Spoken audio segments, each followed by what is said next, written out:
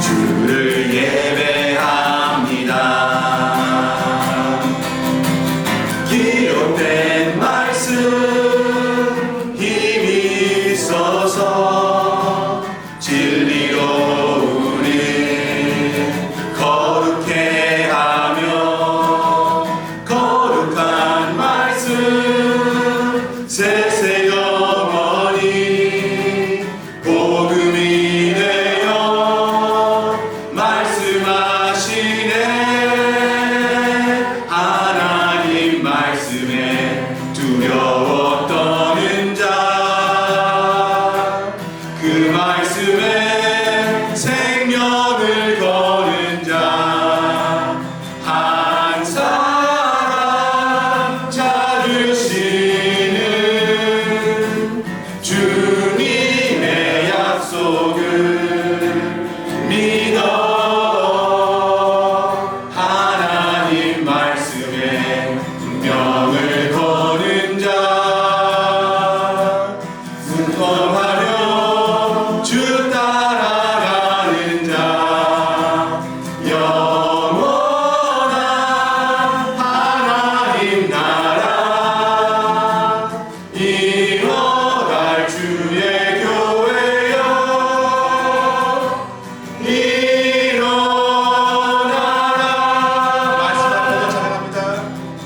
말씀 앞에서 경외함으로 주께 홀로 섭니다. 생명의 말씀 읽고 순종해 주를 예배합니다. 기록된 말씀 힘이 있어서 진리로 우리 거룩해 하며 거룩한 말씀 세세 영원히 복음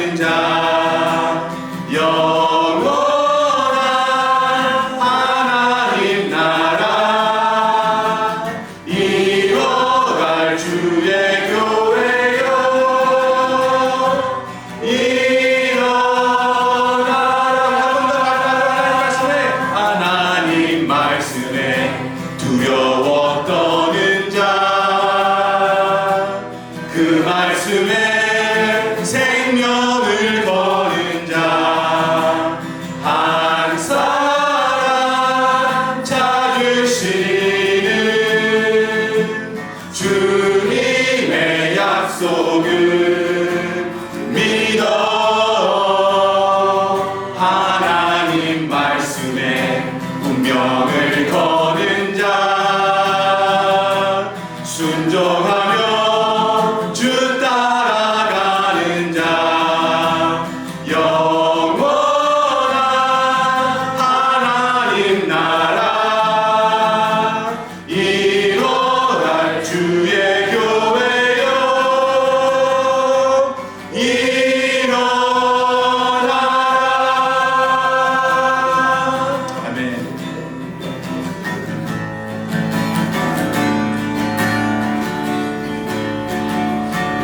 은혜 아니면 살아갈 수가 없네. 호흡마저도 다 주의 것이니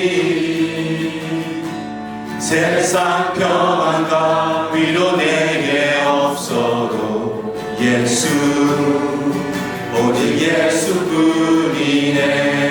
그 신계획 그 신계획 다 볼 수도 없고 작은 고난에 지쳐도 주께 묶인 나의 모든 삶 버티고 견디게 하시네. 은혜 아니면 살아갈 수가 없네. 나의 모든 것 다 주께 맡기니 참된 평안과 위로 내게 주신 주 예수 오직 예수뿐이네. 은혜 아니면 살아갈 수가 없네. 은혜 아니면 살아갈 수가 없네. 호흡마저도 다 주의 것이니 세상 평안과 위로 내게 없어도 예수 오직 예수뿐이네. 은혜 아니면 살아갈 수가 없네. 은혜 아니면 살아갈 수가 없네. 호흡마저도 다 주의 것이니 세상 평안과 위로 내게 없어도 예수 오직 예수뿐이네. 그 신계획 다 볼 수도 없고 작은 고난에 지쳐도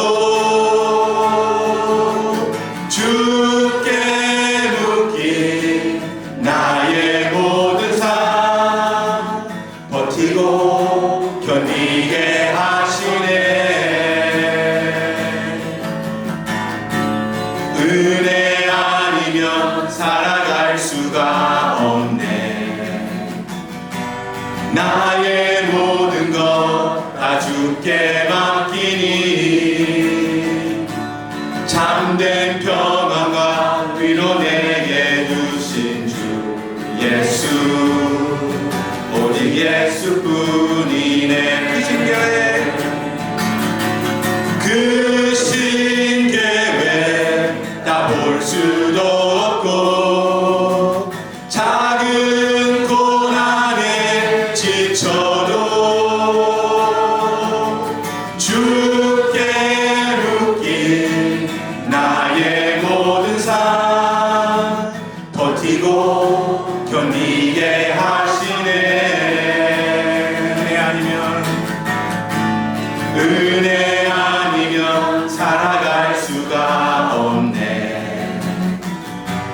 나의 모든 것 다 주께 맡기니 참된 평안과 위로 내게 주신 주 예수 오직 예수뿐이네. 오직 예수뿐이네. 예수 오직 예수뿐이네. 아멘.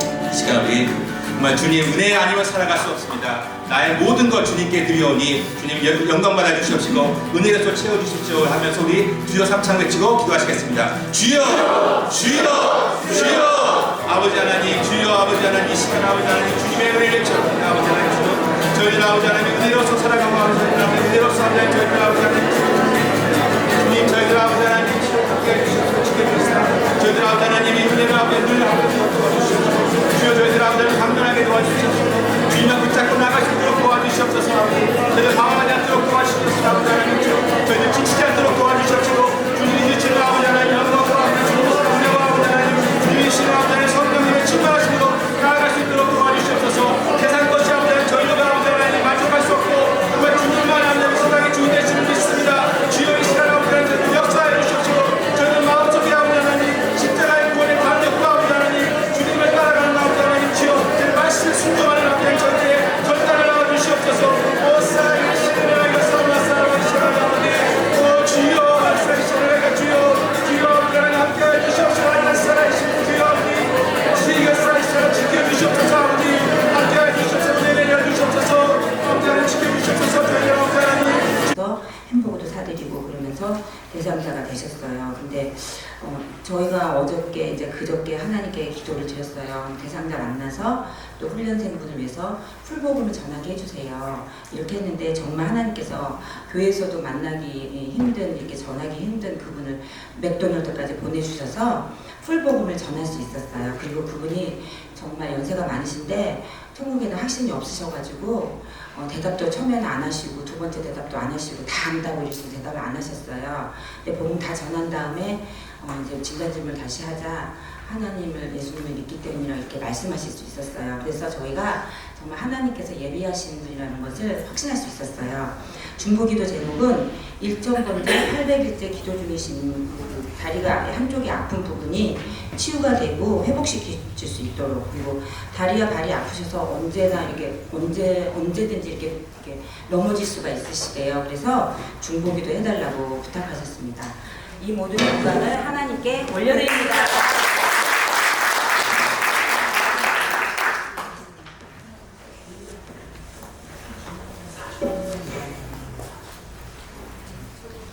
방문 보고 드리겠습니다. 저희는 훈련자 김지영, 준훈련자 송호진, 훈련생 송인창 방문 보고 드립니다. 저희들은 40대 후반 되신 기혼의 여자분을 만났습니다. 그분의 종교 배경은 기독교였고 직업은 가정주부였습니다. 천국에 들어갈 확신이 있었고 이유는 자신의 선행이었습니다. 해석은 머리신자로, 그리고 훈련자는 풀복음을 제시하였고 준훈련자, 훈련생은 참관하였으며 결과는 결신이었습니다. 즉석 양육하였고 후속 양육은 이미 교회에 출석하고 계심으로써 하지 않았습니다. 저희들이 방문시 느낀 점은 대상자분께서 이전에 신앙생활을 하시면서 알고 있었던 부분이었지만 다시 새롭게 말씀이 다가왔고 말씀을 들은 후에는 무언가 뚫리는 느낌이 들어서 시원하다는 표현을 하셨습니다. 그리고 그리스도에 대한 나의 결정을 읽으실 때는 눈물을 눌러 참으시면서 또박또박 읽으시는 모습이 진심으로 예수 그리스도께 고백하는 모습으로 다가와 귀하고 감사한 시간이었습니다. 또한 오랜 시간 쉬었다가 다시 전도 폭발을 하시는 저희 준훈련자, 그리고 처음이신 훈련생 모두 본인들이 더 많은 은혜를 받았음을 말씀해 주셔서 감사하셨습니다. 대상자분의 기도 제목으로는 남편이 하나님을 가슴으로 뜨겁게 그리고 제대로 만나서 삶의 모든 것을 믿고 맡기고 살아가도록, 그리고 아이들의 건강과 어려서부터 아이들이 하나님을 1대1로 만나서 기도하는 자녀로 자라기를 중보기도 주셨습니다. 이 모든 영광 하나님께 올려드립니다.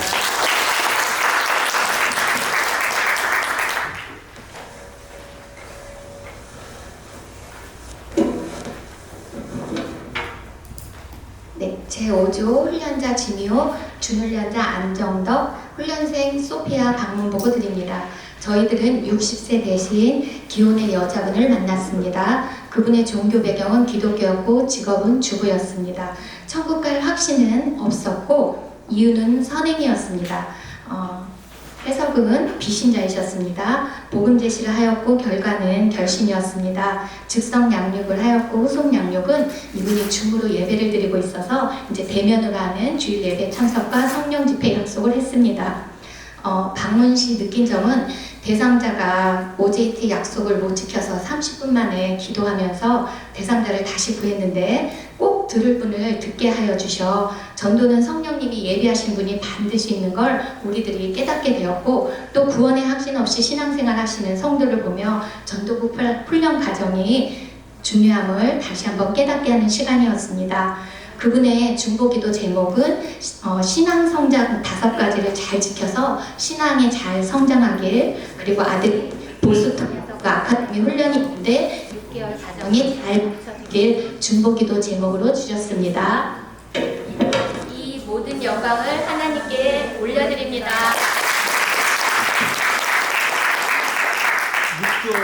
6조 안 하셨어요? 4조?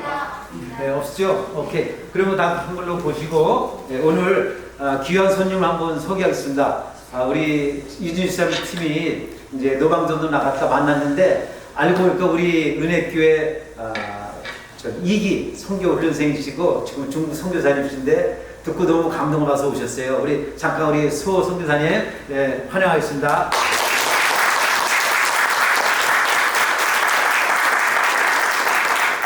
오늘 시간이 많지 않아서 다음 주에 잠깐 인사 말씀 듣겠습니다. 네. 그러면 지금 이 시간에는 우리 지난 기세 했던 그 시범 있겠습니다. 시범 좀 나오시고요.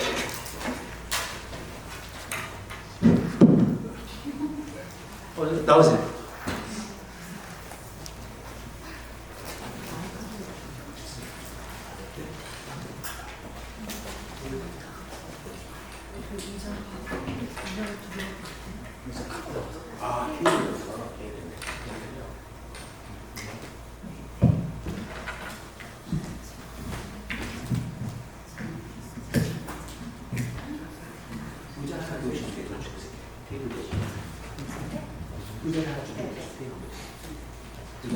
이렇게 하면 돼.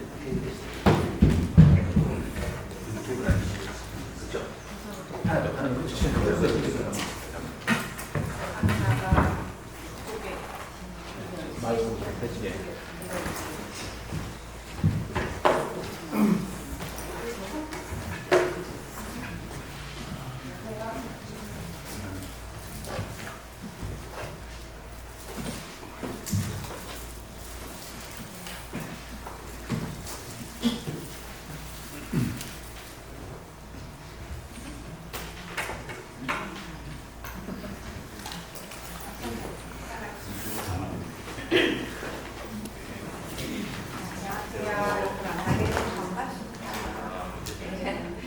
선생님 요즘 날씨 더운데 잘 지내고 계신가요?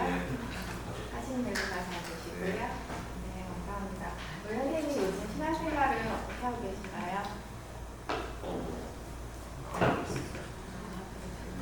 오늘 저희가 이렇게 모인 이유는 저희 이야기를 좀 전해드리고 싶은데요. 저희 이야기 해드려도 될까요?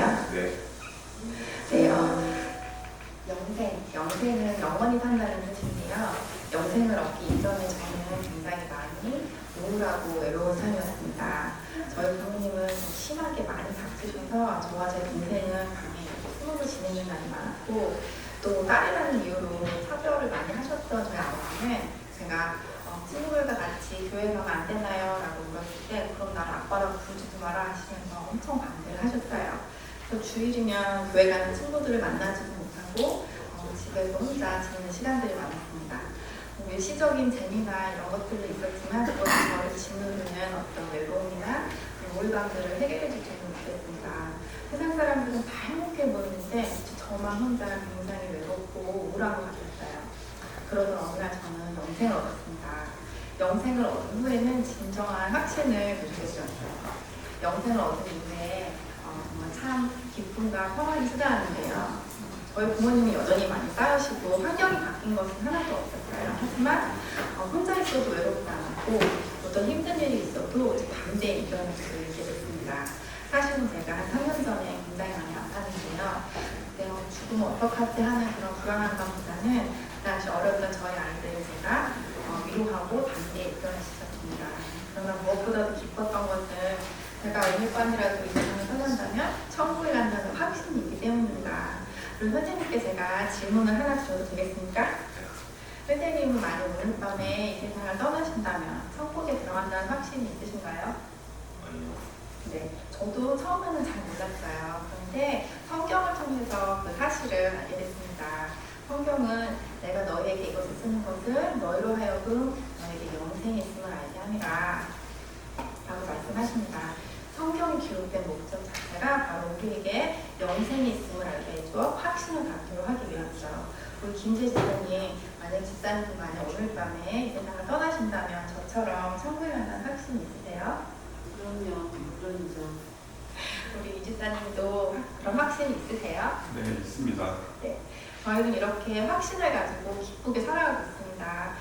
선생님, 어떻게 제가 이런 영생을 얻어 천국에 가는 확신을 갖게 되었는지, 그리고 선생님도 어떻게 하면 영생을 얻어 천국에 가는 확신을 가질 수 있는지 말씀드려도 될까요? 네. 네, 그러면 그 말씀을 드리기 전에 질문을 한 가지 더 드리겠습니다. 우리 선생님은 어떻게 하면 영생을 얻어 천국에 갈 수 있다고 생각하세요? 잘 모르겠습니다. 착하게 살면. 아, 선생님은 착한 행위를 네. 통해서 천국에 갈 수 있다. 제가 선생님의 대답을 바로 얘기했나요? 예. 네, 선생님의 대답을 듣고 보니 오늘 정말 기쁜 소식을 전해드릴 수 있을 것 같습니다. 영생은 값없이 주시는 하나님의 선물입니다. 그러므로 영생은 돈이나 공로나 자격으로 얻는 것이 아닙니다. 성경은 너희는 그 은혜에 의하여 구원을 얻었나니 이것은 너희에게 난 것이 아니요 하나님의 선물이라. 행위에 난 것이 아닌 이는 누구든지 잘하지 못하게 함이라 라고 말씀하십니다. 사실 우리가 살면서 생명과 관련된 가장 중요한 것들은 이미 다 선물로 받았어요. 예를 들면 밝은 햇빛이나 공기, 물 등은 이미 다 값없이 다 선물로 받았어요. 이처럼 영생도 하나님이 우리에게 값없이 선물로 주신다는 겁니다. 그렇다면 하나님은 왜 이 영생을 선물로 주셔야만 할까요? 그것은 성경이 인간에 관하여 하신 말씀을 잘 이해할 때 좀 더 분명히 알 수 있습니다. 인간은 죄인입니다. 그래서 인간은 죄인은 자신을 구원할 수 없습니다. 성경은 모든 사람이 죄를 범할 쯤에 하나님의 영광에 이르지 못하였더니 라고 말씀하십니다. 성경에서는 죄를 이렇게 정의하고 있습니다. 첫째, 강도, 살인, 도적질, 간음처럼 하지 말아야 하는 것을 하는 것이 죄입니다.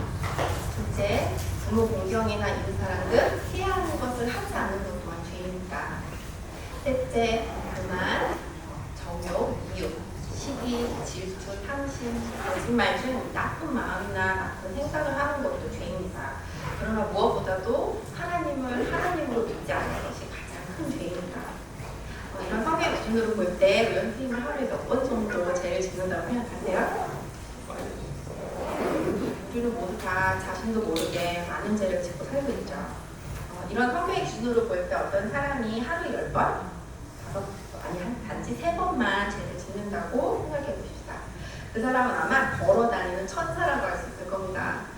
하지만 이런 천사 같은 사람이라도 하루에 3번이면 1년이면 1000번 이상 90평생을 산다면 9만 번 이상의 죄를 짓게 되는 셈이죠. 이 세상에 누구도 자신은 죄인이 아니다라고 주장할 수 있는 사람은 단 한 사람도 없습니다. 그렇다면 이런 죄인이 어떻게 영생을 선물로 볼 수 있을까요? 그것 또한 성경이 하나님에 관하여 하신 말씀을 잘 이해할 때 분명히 알 수 있습니다. 하나님은 자비로우셔서 우리를 벌하시는 것을 원치 않으십니다. 하지만 하나님은 의로우시기 때문에 우리들의 죄는 반드시 벌하셔야만 합니다. 성경은 하나님은 사랑이시니라 라고 말씀하십니다. 하지만 벌을 면제하지 아니하시고 보응하리라 라고 말씀하십니다. 옛날 전쟁 중 어느 나라에 부족한 식량을 훔치는 사건이 종종 발생했습니다. 화가 난 지휘가 가르시아 장군은 누구든지 식량을 훔치다 붙잡힌 사람에게는 끔찍한 채찍질을 가겠다라고 선포했습니다. 그런데 막상 도둑을 잡고 보니 다른 사람이 아니라 바로 그의 어머니였습니다. 장군은 자신이 되는 원칙대로 살아온 어머니에게 채찍을 가하자니 늙으신 어머니가 돌아가실 것 같고 원칙을 무시하고 그냥 넘어가다니 그 아들에게 군기가 서지 않을 것 같았습니다. 지휘관의 생 원칙에 따라 처벌해야 되는 날 장군은 그 어머니 앞에서 거룩을 줬었습니다. 그리고 부하들에게 명했습니다. 어머니 대신 나에게 채찍을 가하라. 그는 사랑하는 어머니 대신 채찍에 맞음으로써 어머니를 향한 사랑을 표현했을 뿐만 아니라 죄를 처벌하는 공도 동시에 실천할 수 있었던 것입니다. 이처럼 자비하시고 오르신 하나님은 우리들의 죄 문제를 예수 그리스도 안에서 단번에 해결하셨습니다. 그 예수 그리스도는 참 하나님이신 동시에 참 인간이십니다. 그 예수 그리스도는 우리에게 영생을 선물로 주시기 위하여 십자가에서 죽으심으로 우리의 죄값을 대신 치르시고 부활하셨습니다. 여기 이 책이 제가 태어나 지금까지 지은 모든 죄와 모든 생각, 모든 말과 모든 행위가 낱낱이 기록된 책이라고 가정해 드렸습니다. 성경은 어느 날 이 책이 하나님 앞에서 펼쳐지고 제가 행한 대로 심판받게 될 것이라고 말씀하십니다. 그런데 여기에 기록된 저의 죄가 문제입니다. 하나님은 저를 사랑하시기 때문에 저를 벌하실 수도 없고, 하지만 하나님은 의로우시기 때문에 저의 죄는 반드시 심판하셔야만 합니다. 이 문제를 해결하시기 위해서 하나님은 그의 사랑하신 아들 예수 그리스도를 이 세상에 보내셨습니다. 성경은 우리는 다 양 같아서 그릇 행하나 제 갈 길로 갔거늘 여호와께서 우리 모두의 죄악을 그에게 담당시키셨도다 라고 말씀하십니다. 하나님이 미워하시는 저의 모든 죄가 그의 사랑하신 아들 예수 그리스도께로 옮겨진 것입니다. 예수 그리스도는 그의 몸으로 우리의 죄값을 대신 치르시기 위하여 친히 십자가에 달려 돌아가셨습니다. 십자가 위에서 우리의 모든 죄값을 다 치르셨을 때 예수 그리스도께서는 다 이뤘다라고 말씀하셨습니다. 범죄한 우리 모두의 죄값을 예수 그리스도께서 대신 갚아주신 것입니다. 예수 그리스도께서 십자가 위에서 우리의 모든 죄값을 다 치르시고 3일 만에 부활하셔서 우리에게 영생을 선물로 주시기 위하여 승천하셨습니다. 지금 예수님은 이 영생을 선물로 주고자 하십니다. 그렇다면 이 영생의 선물을 어떻게 받을 수 있을까요? 이 영생의 선물은 오직 예수 그리스도를 신뢰함으로 받습니다. 그러나 중요한 사실은 단순한 지식적 동의나 일시적 현세적 믿음은 구원받는 믿음이 아닙니다. 구원받는 참 믿음은 우리의 구원을 위해서 오직 예수 그리스도만을 신뢰하는 것입니다. 성경은 주 예수를 믿으라 그러면 너와 내 집이 구원을 얻으리라 라고 말씀하십니다. 구원받는 믿음이 무엇인지 의자를 가지고 설명드리겠습니다. 여기 의자가 있다는 것을 알고 계시죠? 그럼 단순히 의자가 여기 있다는 사실을 알면서도 앉지 않는다면 이 의자가 저희 무슨 소용이 있겠습니까? 송구한 말씀이지만 이 의자를 예수님이라고 가정해 보겠습니다. 의자가 나를 편하게 해줄 것을 알면서도 앉아서 옆에 서 있기만 하듯이 예수 그리스도가 구원자라는 사실을 머리로만 알고 자신은 여전히 예수 그리스도를 신뢰하지 않는다면 그 믿음은 단순한 지식적 동의에 불과한 믿음으로 우리 자신을 구원하는 믿음이 아닙니다. 또한 예수 그리스도를 이런 재정 문제, 자녀 문제, 또 건강 문제 등 이런 일시적이고 현세적인 문제만을 해결해 주시는 분들만 알고 각종 문제들은 예수 그리스도께 맡기면서도 자신은 여전히 예수 그리스도를 신뢰하지 않는다면 이 믿음은 이런 일시적 현세적 문제만을 해결하기 위한 믿음으로 우리 자신을 구원하는 믿음이 아닙니다. 성경이 말하는 구원받는 참 믿음은 자신이 가진 모든 문제를 가지고 이처럼 자기 자신이 온전히 예수 그리스도를 신뢰하는 것입니다. 저는 어느 날 제가 가진 삶의 모든 문제를 가지고 제 자신을 예수 그리스도께 맡겼습니다. 비로소 저는 영생의 선물로 받았습니다. 얼마나 평안했건지 몰라요. 앞서 선생님은 영생을 얻어 천국에 들어가기 위해서는 선생님의 선한 행위라고 하셨죠? 네. 선생님은 그러면 천국에 들어가시려고 누구를 의지하셨던 건가요? 네. 선생님이 영생을 얻어 천국에 들어가시려면 신뢰의 대상을 선생님의 선한 행위로부터 오직 예수 그리스도께로 옮기셔야만 합니다. 어떠세요? 지금까지 제가 성경의 핵심 내용을 요약해서 말씀드렸는데 이해가 되세요? 네.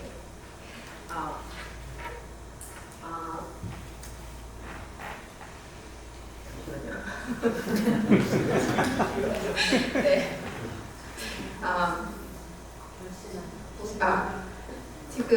지금 이 시간 온 우주 만물을 창조하신 하나님께서 우리 선생님에게 사랑하는 아들아 내가 너에게 이 영생의 선물을 주고자 하는데 받겠느냐라고 물으신다면 이 영생의 성공을 받기를 원하십니까? 네, 참으로 중요한 결정을 하셨습니다. 선생님이 하신 결정이 무엇인지 간단히 설명드리겠습니다. 첫째, 영생을 얻기 위하여 자신을 신뢰하지 않고 오직 예수 그리스도만을 신뢰하겠다는 뜻입니다. 그렇게 하시겠습니까? 네, 부활하여 살아계신 예수 그리스도를 삶의 구원자로, 삶의 주인으로 모시겠다는 뜻입니다. 그렇게 하시겠습니까? 네, 자신이 지었던 죄를 회개하고 삶의 방향을 하나님께로 돌리겠다는 뜻입니다. 그렇게 하시겠습니까? 네, 이 하나님께서는 우리들의 기도에 귀를 기울여 들어주십니다. 저를 따라서 하나님께 한마디씩 구해주세요. 저를 따라서 하시면 됩니다. 하나님 아버지, 지금까지 저는 제 자신만을 믿고 살아온 주인입니다. 저희 죄를 회개하오니 용서해 주세요.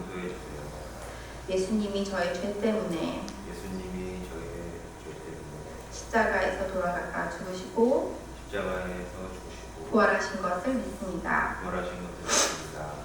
지금 이 시간 제 마음의 문을 엽니다. 예수님이 제 마음에 들어오셔서 저의 구원자와 삶의 주인이 되어 주십시오. 이제부터 제가 하나님 앞에 설 때까지 저의 삶을 인도해 주십시오. 예수님의 이름으로 기도합니다. 네, 선생님 이제 제가 선생님을 위해서 기도하겠습니다.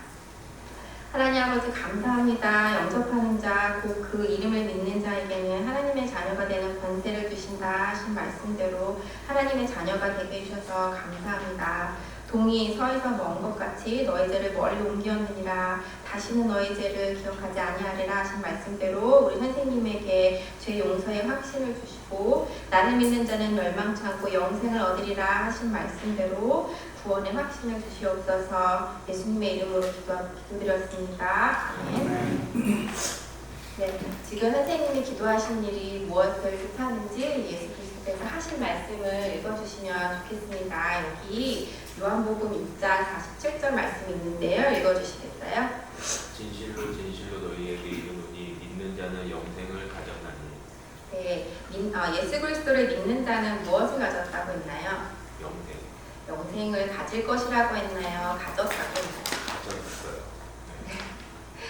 여기 너희에게와 믿는 자에 선생님의 이름을 넣어서 다시 한번 읽어주시겠어요? 진실로 진실로 김승훈에게 이르노니 믿는 김승훈은 영생을 가졌나니.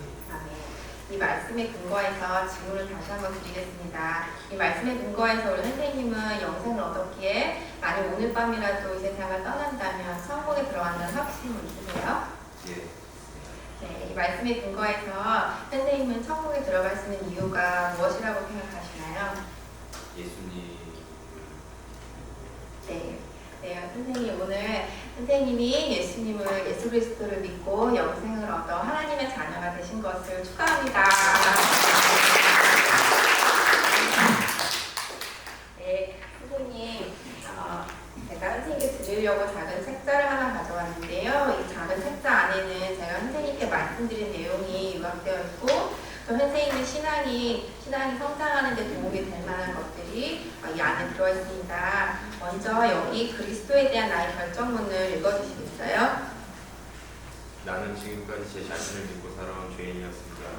그러나 나는 오늘 예수 그리스도를 나의 구주로 모셨습니다. 나는 이제 나의 영생을 위하여 오직 예수 그리스도를 믿고 의지합니다. 예수 그리스도께서 나의 죄를 용서하시고 모든 죄악에서 나를 구원하셔서 나에게 영생 주신 것을 감사합니다. 이제부터 주님께서 나를 다스리시도록 나의 모든 삶을 주님께 드립니다. 이 시간 이후로는 주님께서 힘을 주시는 대로 내 삶의 모든 영역에서 주님을 섬기고 주님께 순종하기 위해 할 것입니다. 오늘 이 결정이 선생님의 결정이시지요? 예. 네, 여기 날짜와 서명란을 서명해 주시고 저도 증인으로서 서명하겠습니다. 신앙생활 하시다가 언제든지 궁금하시거나 어려움이 있으시면 연락해 주시면 됩니다. 선생님 아이가 태어나면 잘 자라야 부모의 마음이 기쁜 것처럼 선생님도 영적으로 갓 태어난 생명과 같기 때문에 하나님께서는 우리 선생님의 신앙이 잘 자라기를 원하십니다. 여기 신앙이 잘 자라는데 도움이 되는 5가지 방안이 있는데요. 여기 지난 글씨를 읽어주시겠어요? 첫째, 성경. 첫째, 성경 요한복음을 하루에 한 장씩 읽으십시오. 네, 성경책이 있으시면 요한복음을 하루에 한 장씩 읽어보십시오. 성경은 영혼의 양식입니다. 우리가 밥을 잘 먹어야 몸이 건강한 것처럼 하나님의 말씀을 읽어야 우리 영혼이 건강하게 잘 자랄 수 있습니다. 둘째 읽어주시겠어요? 기도, 매일 기도 시간을 정해놓고 하나님과 교제하십시오. 기도는 영혼의 호흡입니다. 하나님의 자녀는 기도를 통해서 하나님과 교제할 수 있습니다. 선생님 저를 따라서 이렇게 하시면 기도를 쉽게 배울 수 있습니다. 두 손을 모아보시겠어요? 첫 번째 손가락 하나님 아버지. 하나님 아버지. 맨 먼저 가장 중요한 것은 기도의 대상입니다. 이제 하나님 아버지가 선생님의 영적 아버지가 되십니다. 그래서 제일 먼저 하나님 아버지라고 부르시는 겁니다. 둘째 손가락 감사합니다. 감사합니다. 하나님은 감사를 기뻐하십니다. 영생의 선물 주신 것도 감사하고 건강을 주신 것도 감사하고 각종 감사한 것들을 말씀드리면 됩니다. 셋째, 용서해 주세요. 용서해 주세요. 하나님은 우리를 용서해주시길 원하십니다. 실수하고 잘못한 것들을 용서해달라고 하나님께 말씀드리시면 됩니다. 넷째 손가락 도와주세요. 도와주세요. 하나님은 우리를 도와주길 원하십니다. 연약한 우리 인생은 하나님의 도움 없이는 살 수가 없습니다. 필요한 것들을 하나님께 말씀해주세요. 다섯째 손가락 예수님의 이름으로 기도합니다. 아멘. 예수님의 이름으로 기도합니다. 예수님의 이름으로 기도하면 들어주시겠다고 약속하셨습니다. 아멘은 동의합니다. 기도한 대로 이루어지길 원합니다. 라는 뜻입니다. 저를 따라서 다시 한번 해보시겠어요? 하나님 아버지, 하나님 아버지. 감사합니다. 감사합니다. 용서해 주세요. 도와주세요. 도와주세요. 도와주세요. 예수님의 이름으로 기도합니다. 예수님의 아멘. 이름으로 기도합니다. 네, 참 잘하셨습니다. 그 다음 것도 읽어주시겠어요? 예배, 교회에 정기적으로 출석하여 예배를 드리십시오. 네, 예배란 구원받은 성도들이 함께 모여 하나님을 찬양하고 경배드리는 것을 말합니다. 저희 교회에서는 주일날 3번 예배가 있고요. 이번 주에 11시간 예배에 함께 예배를 할 수 있었으면 좋겠습니다. 넷째 읽어주시겠어요? 둘째. 교제, 당신이 믿음 안에서 성장하도록 도와줄 그리스도인들과 교제하십시오.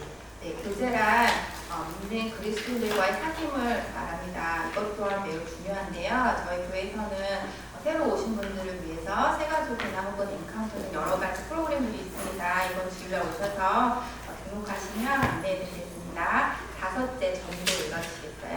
전도, 예수 그리스도를 알지 못하는 사람들에게 소개하십시오. 전도를 하셔야 신앙이 건강하게 자랍니다. 전도란 믿는 사람이 믿지 않는 사람에게, 예수 그리스도를 아는 사람이 모르는 사람에게 전함으로 이루어지고 있습니다. 혹시 오늘 선생님 오늘 들으신 이 기쁜 구원의 소식을 전하고 싶으신 분이 계신가요?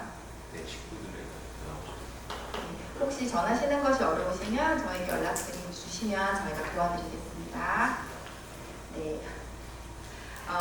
이제 저희가 기도하고 마칠 건데요. 이번 주일날 11시 반 예배 꼭 기억하시고 함께 만나서 예배 드리셨으면 좋겠습니다. 혹시 기도하고 싶은 제목 있으신가요? 예, 친구들 다 건강할 수 있습니다. 네, 그러면 제가 기도하고 마치겠습니다.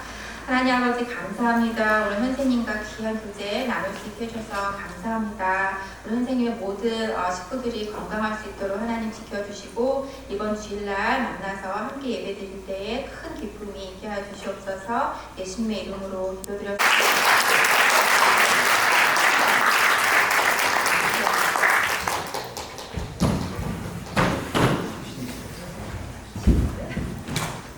네네, 여러분 잘 보셨죠? 네. 집사님 와보세요.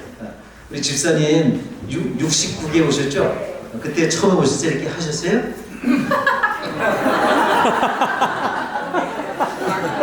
못 하셨죠? 근데 어떻게 이게 다 외웠어요? 저는 부끄럽지만 제가 제 목소리를 녹으면서 계속 들었어요. 그래서 계속 듣고 이렇게 하면서 반복적으로 계속 아까 살짝 이렇게 망설이긴 했지만 그 이후로 정신이 이렇게 안 차려져 입을 계속 반복적으로 하니까 이렇게 나오는 것 같아요. 근데 이 내용이 체계적이어서 사실 길을 잃은 것 같아도 한번 다시 딱 찾으면 바로 가는 길을. 감사합니다.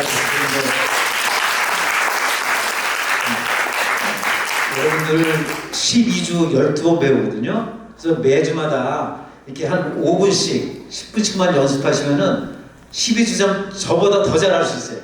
아멘? 네, 그러니까는 여러분들 지금은 더 잘하시면은 다음번 기수에 여러분들이 이렇게 똑같이 할 수가 있습니다. 네, 그럼 이제 공부를 하는데 오늘 10분 늦어졌기 때문에 10분 일찍 끝냅니다. 그래서 강의가 50분인데 40분 강의를 해주시고 지금 8시 24분이니까 9시 4분까지 여기 와주시기 바랍니다. 그럼 단계별로 다 가시기 바랍니다. 1단계만 남으시고.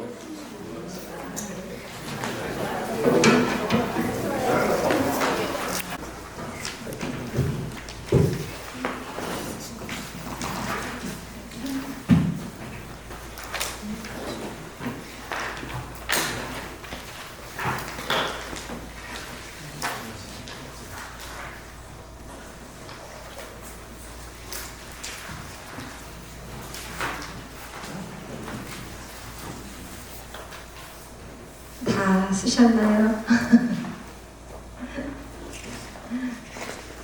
시험은 역시 힘들죠? 네. 그래도 시험에 들지 마시고 자, 우리 시간이 그렇게 많지는 않은데 제가 30분 만에 이거 우리 수업 내용을 다 전달해야 될 것 같은데 서둘러 하면 할 수 있을 것 같습니다. 오늘은 간증 나누기에 대해서인데, 자, 우리 그럼 수업 시작할 준비 되셨죠? 네, 그럼 페이지 우리 3번 간증 나누기를 펴시고요. 자, 여러분들이 아마 지난주에 훈련자로부터 간증문을 써보세요 라는 말씀을 들으셨을 거예요. 그죠? 들으셨죠? 네, 그래서 어떤 분은 이미 저에게 이메일로 보내주신 분이 있으세요. 훈련자가. 그래서 받았고 또 아까 카톡으로도 제가 하나를 받았어요. 그래서 벌써 이렇게 좀 기본적으로 써서 주셔서 너무 감사하고 간증문을 이제 쓰라고 하니까 여러분들이 좀 마음이 어려우실 거예요. 아까 제가 잠깐 말씀드릴 때 제가 제 말씀 중에 간증문 작성에 대해서 잠깐 말씀드렸던 거 혹시 기억하시나요? 네, 그래서 제가 그때 영생에 대한 간증문을 써오라고 이 숙제를 딱 받았을 때 저는 아무리 생각해도 사건이 없는 거예요. 확신이 없는 거예요. 그래서 이제 전도파는 여기까지인가 보다. 그만해야 되겠구나. 제가 이제 그런 생각을 했었고, 그리고 나서 하나님한테 매달렸어요. 저한테도 확신을 주세요. 제가 느낄 수 있는 간증을 주세요. 하고 하나님한테 매달려서 하나님이 정말 극적으로 저에게 나에게 이렇게 있구나. 나 천국 갈 수 있구나. 라는 것을 또 체험하게 하셨어요. 그래서 제가 그거를 아주 정말 따끈따끈하게 간증을 작성해서 통보한 적이 있었는데, 여러분들 이제 제가 간증에 대해서 좀 설명을 드릴게요. 어떻게 작성을 해야 되는지. 근데 여러분들 사실은 우리가 신앙생활을 하다 보면 늘 간증을 하죠. 그죠? 매일매일마다 사실은 간증이잖아요. 매일마다 은혜잖아요. 그러니까 우리는 간증이 사실 넘쳐납니다. 그런데 굳이 이 간증을 또 작성을 해서 이거는 또 이렇게 해라 저렇게 해라. 그래서 조금 마음이 좀 의아하실 수도 있으실 거예요. 그런데 이제 우리는 다른 용도가 아니라 전도 대상자에게 전하기 위한 간증문이기 때문에 저희가 오직 딱 영생에만 포커스를 맞춥니다. 그러다 보니까 여러분들이 흔하게 살면서 신앙생활을 하면서 그런 느끼는 그런 간증들은 조금 이렇게 지양을 합니다. 그래서 그거에 대해서 이제 설명을 따로 드리는 건데요. 이러한 간증을 하는 이유는 전도 대상자의 마음의 문을 열고 그리고 또 하나님의 하신 일을 이렇게 신실하신 일을 알려드림으로 인해서 우리 전도 대상자가 복음에 대한 궁금증을 갖게 하는 게 그 목적이 있거든요. 그래서 우리 간증문을 작성을 하는데 간증 사용 기본 원리부터 한번 보겠습니다. 성경에는 개인 간증을 사용해서 전도한 예들이 있습니다. 우리 교재에 보면 가다라 지방 귀신 들렸다 고침받은 사람 하고 있는데 이 이제 귀신 들렸다는 사람이 예수님이 고쳐주셨잖아요. 그랬더니 예수님과 함께 있기를 구했어요. 근데 예수님이 뭐라 그랬어요? 예수님께서 마을로 보내셨죠. 그래서 어떻게 이렇게 너가 나았는지 전하라고 하셨어요. 이게 간증이죠.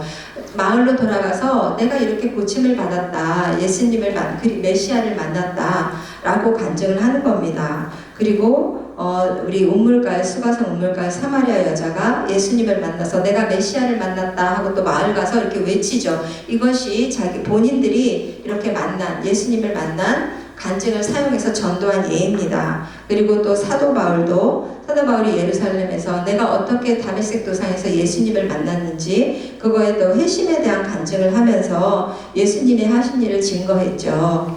자, 이렇게 성경에는 개인 간증을 사용해서 전도한 예들이 있습니다. 그래서 우리 전도 폭발 복음 제시 간증은 서론의 두 단계와 마찬가지로 우리가 이제 두 가지 진단 질문 하기 전에 아주 강력하고 효과적인 도구가 됩니다. 바로 복음 제시를 하기 위한 도구로 사용하는 겁니다. 그리고 전도 폭발 사역에서 사용하는 간증은 4가지 형태가 있다라고 나와 있는데 여러분들 이게 조금 의아하실 거예요. 그래서 첫 번째 보면 뭐가 있냐면 교회 간증입니다.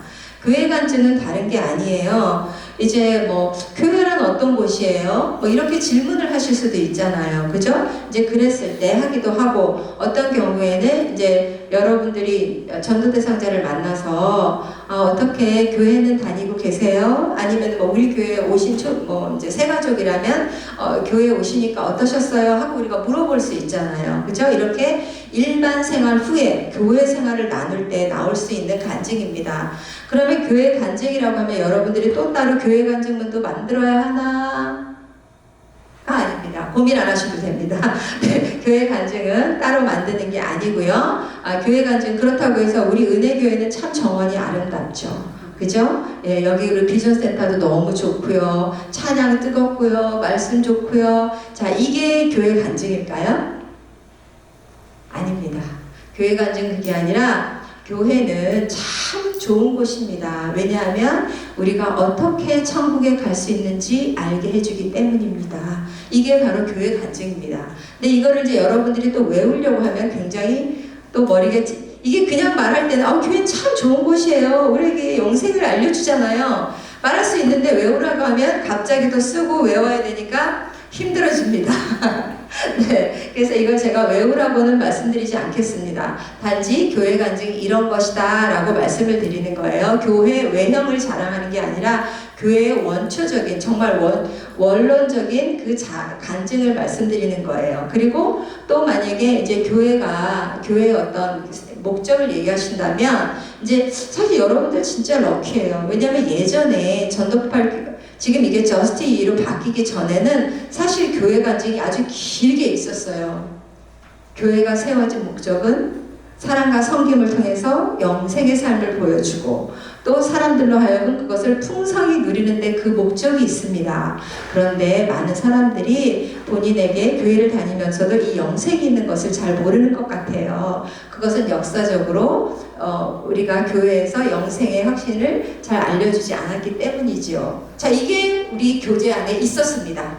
그런데 지금 없죠. 얼마나 은혜롭습니까? 예, 이걸 제가 사실은 10년도 더 전에 외웠는데 그냥 나오네요. 예, 그래서 이게 교회 간증이었는데 중요한 건 교회는 바로 영생을 알려주는 것이고 사랑과 섬김을 통해서 우리에게 그 영생이 풍성하게 있다는 것을 알려주는데 그 목적이 있다는 겁니다.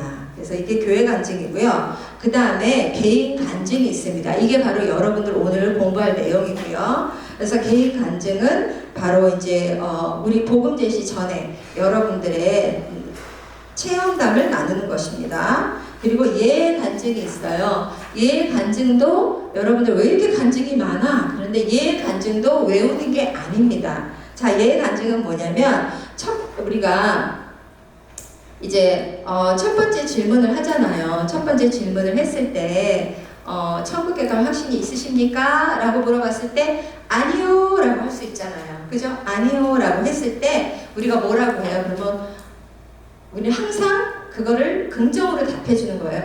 아, 그러시군요. 그러시군요 하고 한 다음에 저도 사실은 처음엔 잘 몰랐어요. 그랬는데 성경을 통해서 그 사실을 알게 되었습니다. 우리 그 복음제시 책자에 다 있는 거예요. 자, 그런 다음에 우리가 뭐를 하냐면 요한일서 5장 13절 뭐죠? 내가 너희에게 이것을 쓴 것은 너희로 하여금 너희에게 영생이 있음을 알게 하려 함이라. 이제 그 말씀을 들려주고 이렇게 성경이 기록한 목적은 우리에게 영생을 알려주려 함이죠. 하고 이제 말씀을 드린 다음에 이제 옆에 어떠세요? 우리 같이 팀이 있잖아요. 여러분들 이제 3인 1조잖아요. 그죠? 그래서 팀에게 어떠세요? 우리 집사님도 영생의 확신이 있으시죠? 하고 물어보면 뭐라고 대답해요?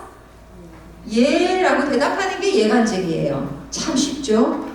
네, 예 하는 게 예간증입니다. 그래서 우리 복음을 전하시는 분이 이제 여러분들 같은 팀에게 집사님이 있으시죠? 있으시죠? 하고 물어봤을 때 예 있습니다 라고 대답하는 게 예간증이에요. 그래서 이것도 외울 필요가 없죠? 네. 그 다음에 마지막 뭐냐면 모집간증입니다. 이 모집간증은 뭐냐면 이제 여러분들이 한 9주나 이제 그 정도 지났을 때 여러분들에게 이것도 제출을 하진 않는 것 같아요. 예전엔 이것도 다 써서 내게 했었는데 요즘은 안 하고 있는 것 같아요. 모집 간증물을 써오세요 라고 하는데 이게 뭐냐면 이제 여러분들이 훈련을 받으셨잖아요. 그러면 훈련을 받다 보면 어느 집사님도 이 훈련 받았으면 참 좋겠다라는 생각이 떠오르시잖아요. 그죠? 예, 그래서 그 모집을 하기 위한 간증물을 쓰는 거예요. 그래서 그 내용은 이제 9강과 10과에 나와요. 그래서 제가 오늘은 생략하도록 하겠습니다. 하는 방법은. 그래서 이렇게 전도판에는 교회 간증, 개인 간증, 예간증, 모집 간증이 있다라고 말씀드리고 그 다음에 개인 간증의 기본 요소를 볼게요. 개인 간증은 영생을 소유한 자신의 변화된 삶의 뭘까요? 체험담입니다. 남의 이야기를 쓰는 게 아니라 나의 체험담을 쓰시는 거고요. 그 다음에 개인 간증은 영생 얻기 이전과 이후의 삶이 명확히 구분되어야 합니다.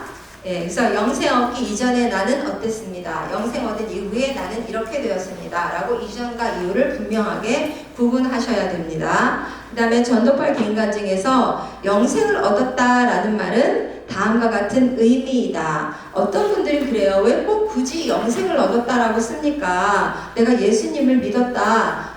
아니면 뭐 성령으로 거듭났다. 하나님의 자녀가 됐다. 이렇게 쓰면 안 될까요? 라는 분도 계십니다. 그런데 우리가 여러 가지 단어를 쓰지 않고 한 가지 영생을 얻었습니다. 라는 말로 통일합니다. 이제 그 안에는 바로 내가 예수님을 영접했다. 성령으로 거듭났다. 그런 의미가 포함되어 있는 것입니다. 그래서 개인 간증의 유의사항 보면 개인 간증은 2가지 진단 질문 직전에 사용합니다. 그래서 어떻게 하냐면 이제 우리가 일반 생활 나누고요, 교회 생활 나눴어요. 그런 다음에 선생님 제가 처음 뵙는 선생님에게 저의 이야기를 잠시 말씀드려도 될까요? 하고 이제 한 다음에 이제 개인 간증을 하는 거예요. 여러분들 개인 간증을 하는데. 그래서 항상 2가지 진단 질문 직전에 한다는 거. 네. 그리고 개인 간증에서는 이제 여러분들이 지금부터 배워야 할 내용이 뭐냐면 개인 간증을 작성하실 때 복음의 내용이 들어가서는 안 됩니다.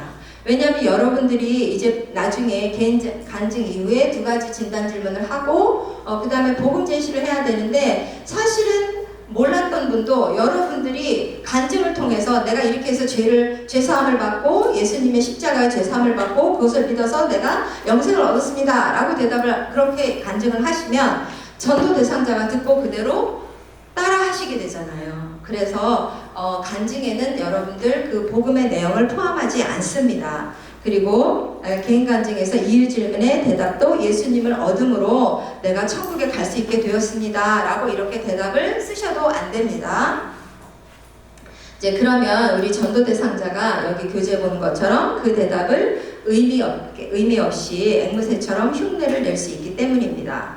자, 그리고 2번째, 긍정적인 면을 강조하라. 이건 무슨 말이냐면 여러분들 제가 간증문을 받아보면요, 영생 얻기 이전은 사실 부정적인 면이거든요. 그럼 그건 짧게 하시고 그 다음에 영생 얻은 이후에 긍정적인 면을 길게 하셔야 되는데 구체적으로 쓰셔야 되는데 거의 한 70-80%의 간증문이 용두사미가 돼요.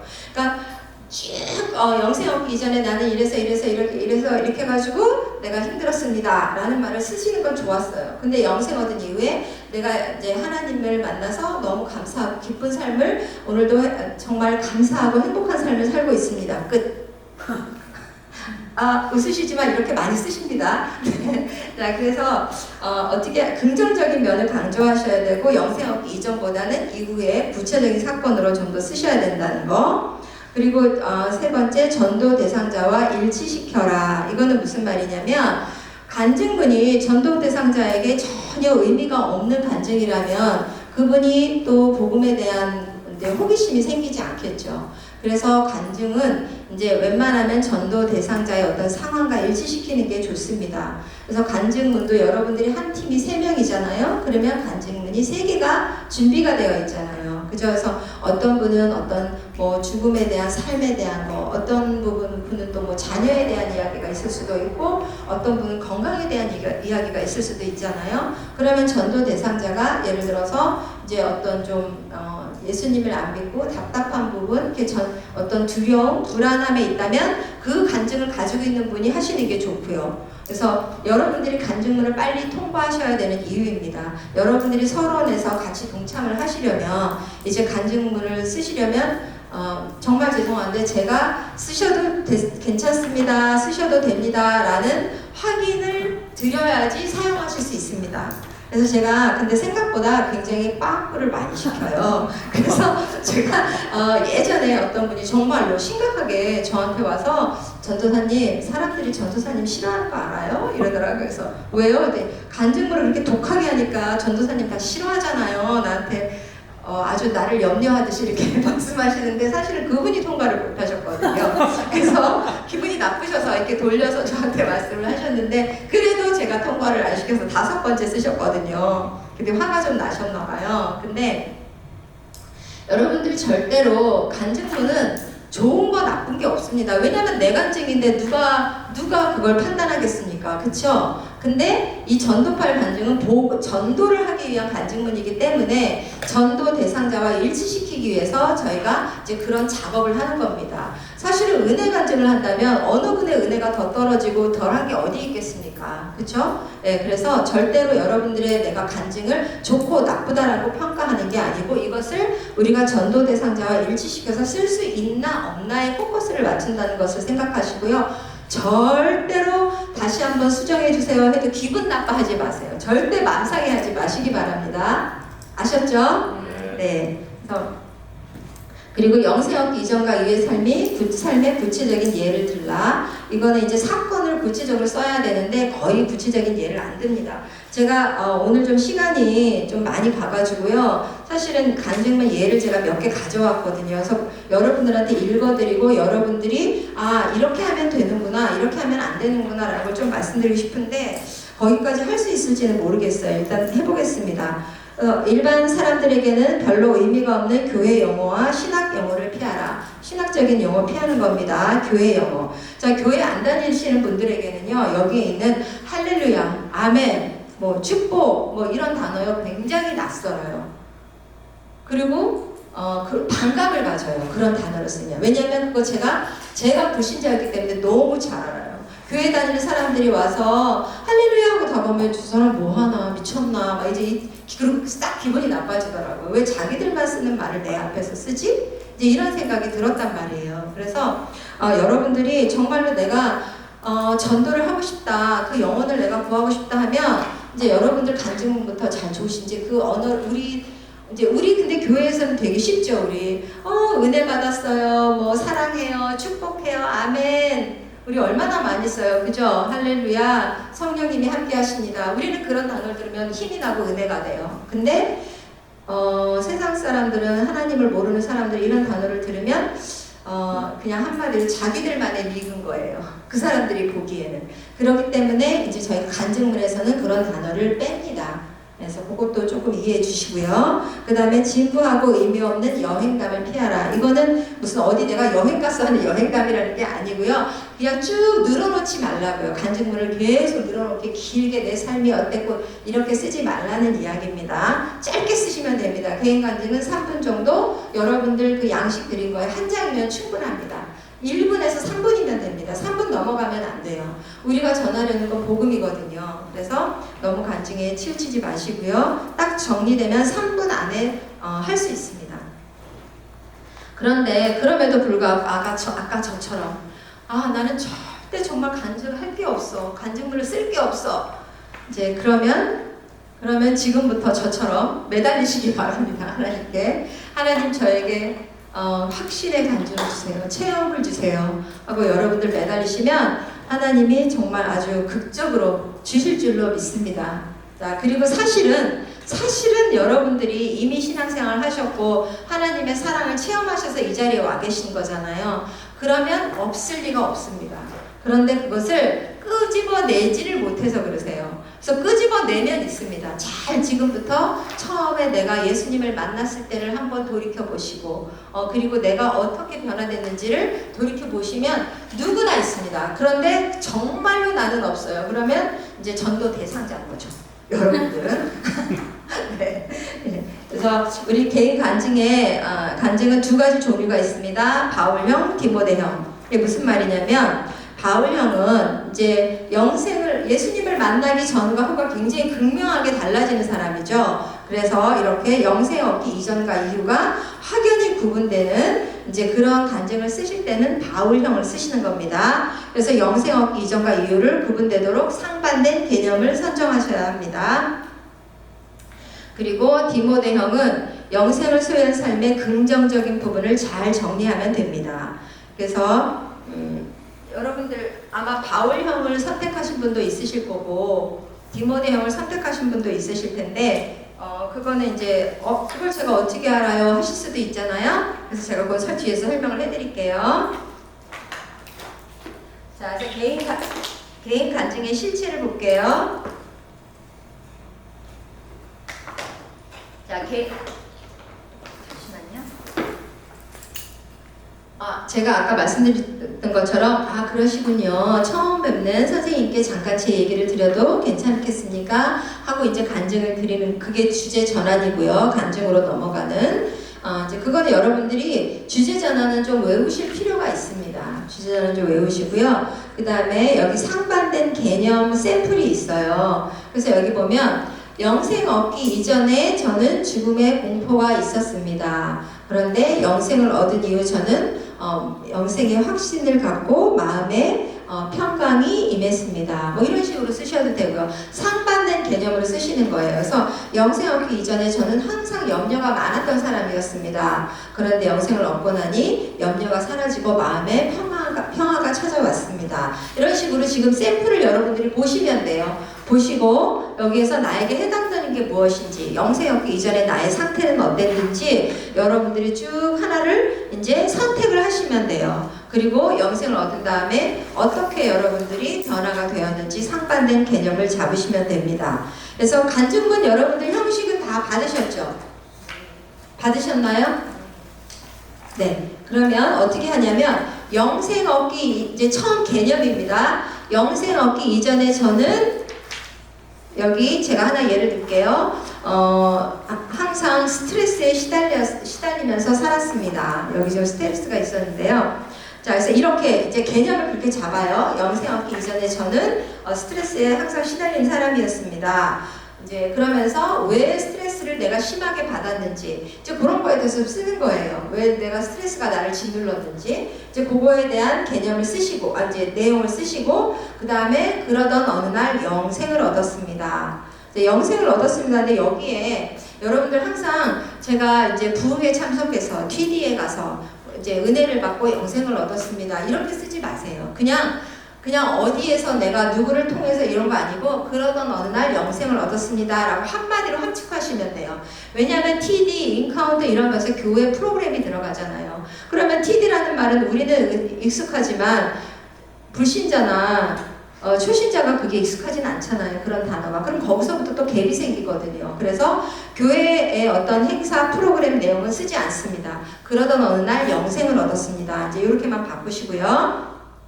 그 다음에 영생을 얻은 이후에 저는 이제 스트레스보다는 항상 이렇게 활력이 넘치는 삶을 살게 되었습니다. 라고 개념을 이제 잡으시면 돼요. 반대되는 개념으로. 그런 다음에 어떻게 내가 살게 되었는지, 나의 구체적인 어떻게 내가 활력 있는 삶을 살고 있는지 그런 사건을 하나 쓰시는 거예요. 그래서 사건을 쓰시고 그런 다음에 마지막에 무엇보다 기쁜 것은 제가 영생을 얻었기 때문에 오늘 밤이라도 이 세상을 떠난다면 천국에 들어간다는 것을 확신하고 있는 것입니다. 이렇게 말씀드리면 됩니다.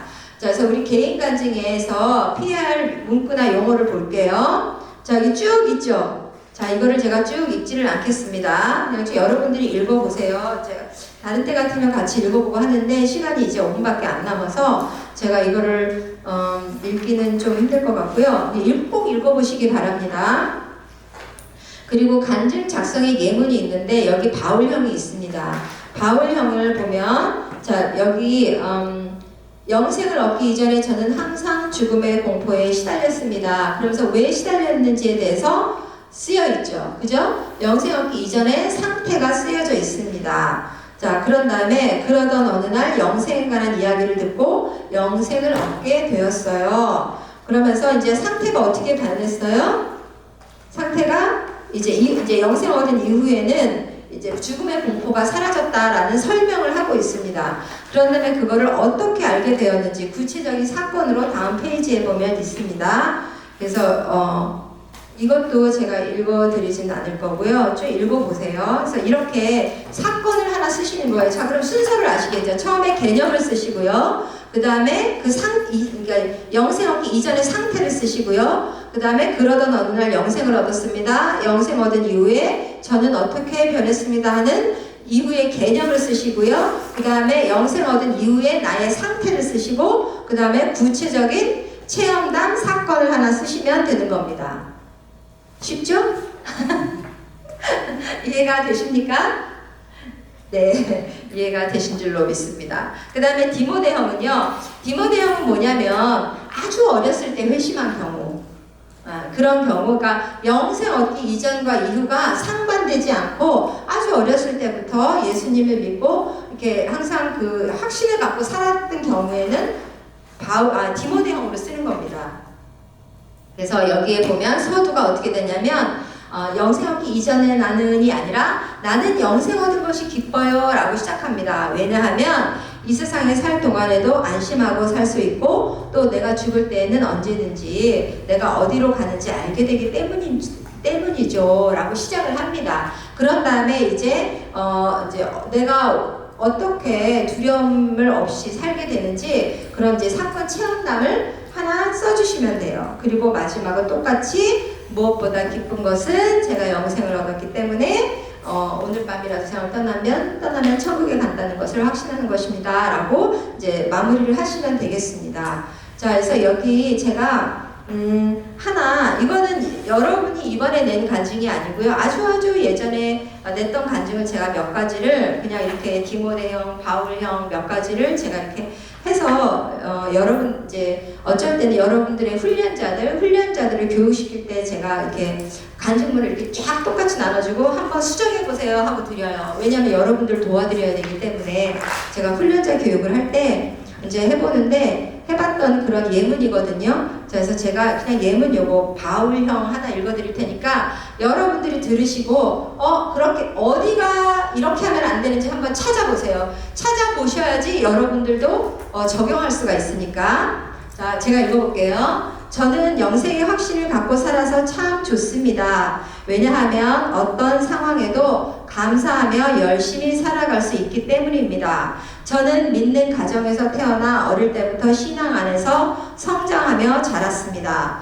하나님의 은혜로 어려서부터 단 한 번도 하나님을 의심한 적이 없었고 늘 교회 안에서 믿음의 가족들과 친구들이 항상 곁에 있어서 저의 삶은 축복이었습니다. 물론 누구나 살면서 어려움은 찾아오고 저도 그 어려움을 피해갈 수는 없었습니다. 사업에 어려움을 겪으며 큰 고난을 당하기도 하였습니다.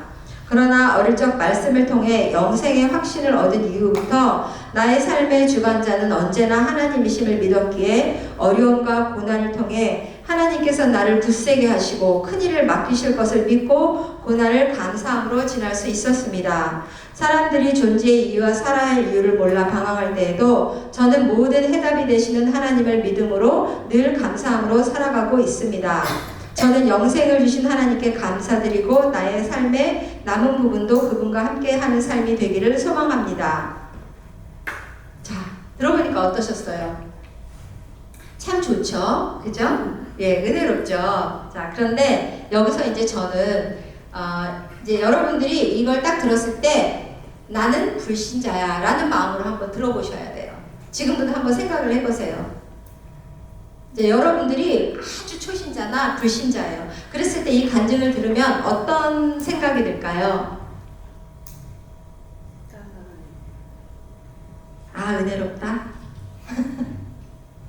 자, 그러면 이제 그 질문은 말고요. 제가 지금 읽어드렸는데 제가 쓰지 말라고 한 단어들이 엄청 많이 나왔죠. 한 분씩 돌아가면서 어떤 부분이었습니까? 하나님의 하나님의 네, 하나님을 믿음으로. 네. 또 어떤 게 나왔어요? 신앙. 네, 신앙. 네.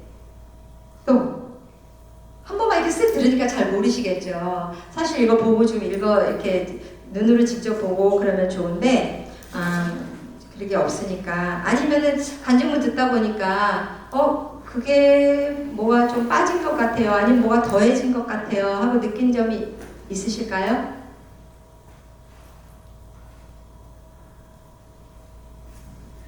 자, 어렵죠. 자, 그러면 제가 그냥 이렇게 여러분들 어렵게 하지 말고 제가 그냥 말씀드리겠습니다.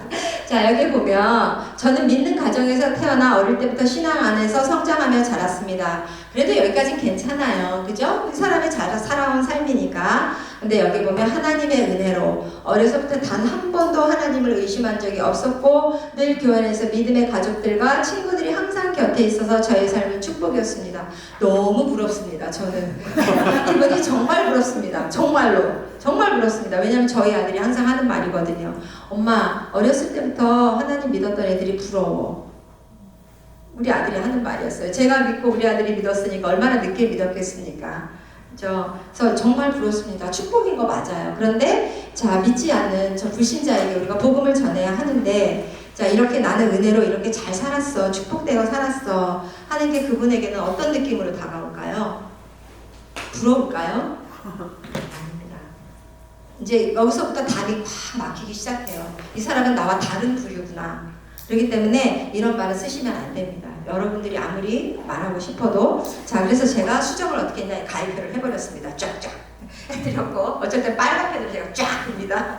그래서 했고, 그 다음에 물론 살면서 누구나 어려움은 찾아오고 저도 그 어려움을 피해갈 수 없었습니다. 사업에 어려움을 겪으며 큰 고난을 당하기도 하였습니다. 네, 좋아요. 여기서 이제 이걸 쓰시면 돼요. 그리고 이제 제가 이제 그러면 어떤 사업에 고난이 찾아왔는지 구체적으로 사건을 쓰셔야 되는 거예요. 그래야지 사실 그게 다가오잖아요. 그죠? 근데 그냥 사업에 고난을 겪었습니다 하면 아, 그랬나 보다. 근데 그림이 안 그려지잖아요. 그런데 어떤 식으로 내가 이제 어려움을 겪었는지 그러니까 예를 들어서 구체적으로 뭐 IMF 때 어떤 이렇게 해서 좀 구체적으로 쓰시면 듣는 분이 이미 이렇게 상상이 가잖아요. 그래서 그림이 그려지잖아요. 그러니까 간증문은 여러분들 머릿속에 이미지가 떠올라야 돼요.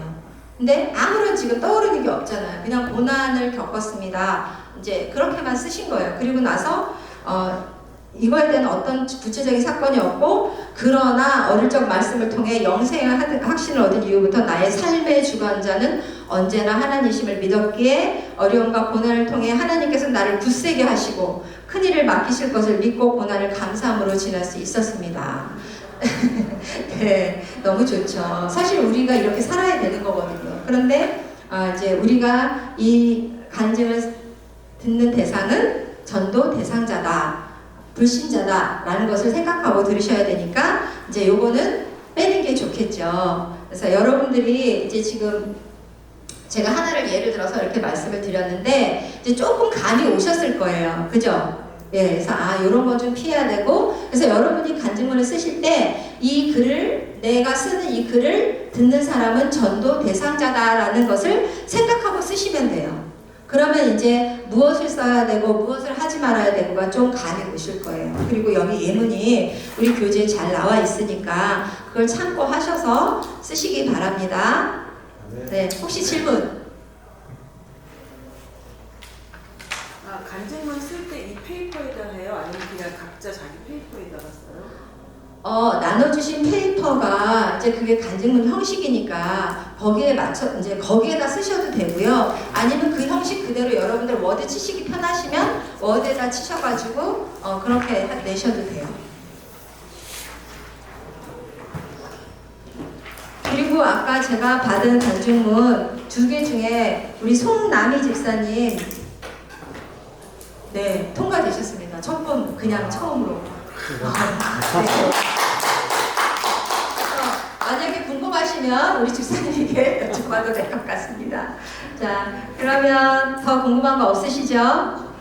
네, 그래서 다음 주부터 궁금한 거 없다고 하셨으니까 얼마나 잘 쓰셔서 오시는지 모르겠습니다. 네, 제가 마녀 소리 듣지 않게, 네, 이렇게 다시 써보세요 이런 말 하지 않게 여러분들 잘 한 번에. 기회는 몇 번 있어요? 기회요? 될 때까지요. 그러면 마음이 편하네요. 될 때까지입니다. 없는 거죠? 내일은 없습니다. 될 때까지입니다. 네, 수고하셨습니다. 여러분, 감사합니다. 이런 간증문을 그냥 편한 마음으로 쓰시고요. 저 임상교육 갔다가 간증문을 잘못 써갖고 매일 저녁 리턴을 당했어요. 거기서 이제 3박 4일 동안 밤새 사무쳐 써왔는데 또 틀렸다, 또 틀렸다, 또 틀렸다. 그래서 한 10년을 옛날까지 썼는데요. 걱정하지 마시고 써보세요. 그리고 여러분들이 12주 동안이 참 중요하거든요. 이 12주 동안에 잘 배우려면은 이거 갖고 평생을 써먹을 수 있어요. 여러분. 저도 35년 전에 한 번 배워가지고 35년 동안 써먹는데요. 지금까지 계속 써먹고 있습니다. 어디 갔든지 써먹고 누구한테나 써먹고 너무 좋은 툴인데요. 여러분들이 이 공부를 하시면서 느끼는 게 요거 12주 최선을 한번 다해보세요. 그럼 아마 최고의 좋은 선물을 받게 될 겁니다. 그래서 여러분 인생도 받게 될 것입니다. 아멘. 네. 다 들으셨어요, 훈련자들?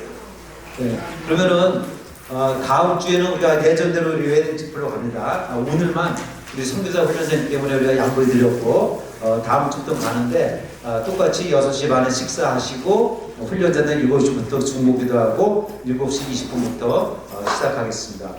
우리 한호 집사님 구호하고 우리 목사님 축도를 마치겠습니다.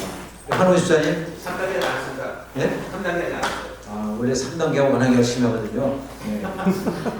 근데 저희가 배워야 될 게 뭐냐면요, 시간 지키는 게 굉장히 중요합니다.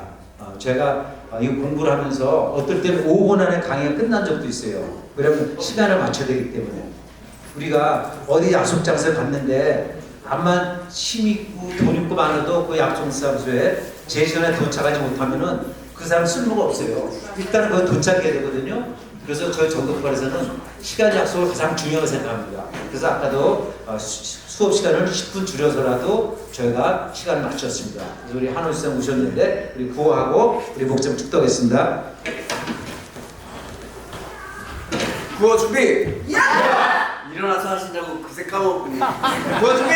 야! 하면! 된다! 하면! 된다! 하면! 된다! 무엇을? 할렐루야! 아멘!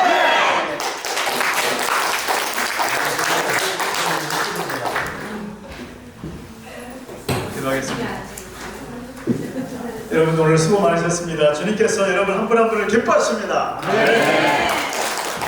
이제는 우리 주 예수 그리스도의 은혜와 아버지 하나님의 무한하신 사랑하심과 성령님의 감동, 감화, 교통, 인도하심이 전도발 70기에 함께하는 모든 우리 훈련자, 준훈련자, 훈련생 모든 스태프들 머리머리 위에 이제부터 영원토록 함께 있을지어다.